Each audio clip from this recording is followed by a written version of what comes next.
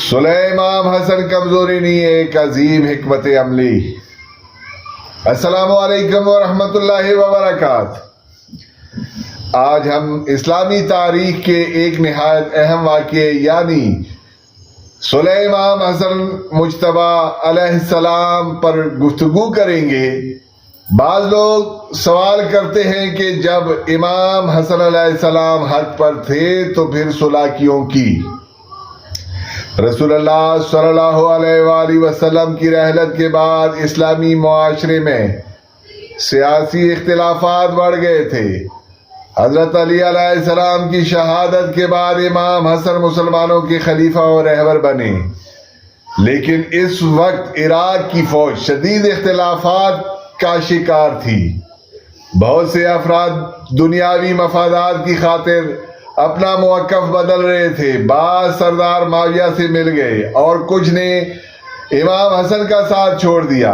ایسے حالات میں اگر جنگ جاری رہتی تو ہزاروں بے گناہ مسلمان مارے جاتے، جبکہ کامیابی کے امکانات بھی بہت کم رہ گئے تھے۔ اسی لیے امام حسن نے اسلام، مسلمان اور اپنے وفادار ساتھیوں کی جانوں کی تحفظ کے لیے صلح کا راستہ اختیار کیا۔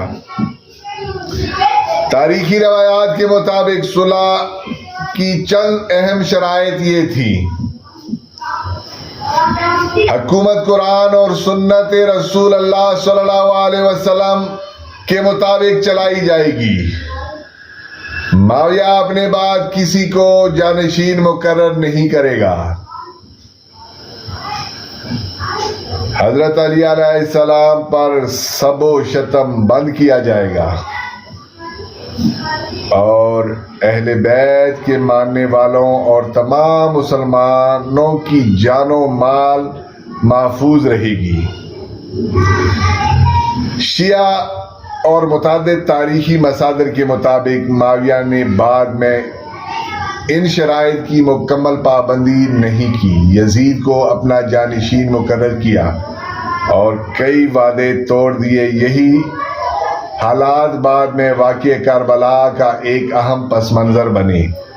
لہذا صلح امام حسن کو کمزوری نہیں بلکہ ایک دور اندیش، حکیمانہ اور حالات کے مطابق فیصلہ سمجھنا چاہیے۔ امام حسن نے اپنے کردار سے یہ سبق دیا کہ کبھی اسلام کی بقا جنگ میں ہوتی ہے اور کبھی امن و صلح میں، جبکہ امام حسین نے کربلا میں اسی مشن کو دوبارہ دوسرے مرحلے میں آگے بڑھایا۔ دونوں ائمہ کا مقصد ایک ہی تھا، دین اسلام کی حفاظت اور حق کا قیام۔ اگر آپ کو یہ ویڈیو مفید لگی ہو تو اسے ضرور شیئر کریں۔ ہمارے چینل کو، پیج کو فالو اور سبسکرائب ضرور کریں، اور آئندہ آنے والی ویڈیو تاکہ آپ تک پہنچے۔ وعلیکم السلام ورحمۃ اللہ وبرکاتہ۔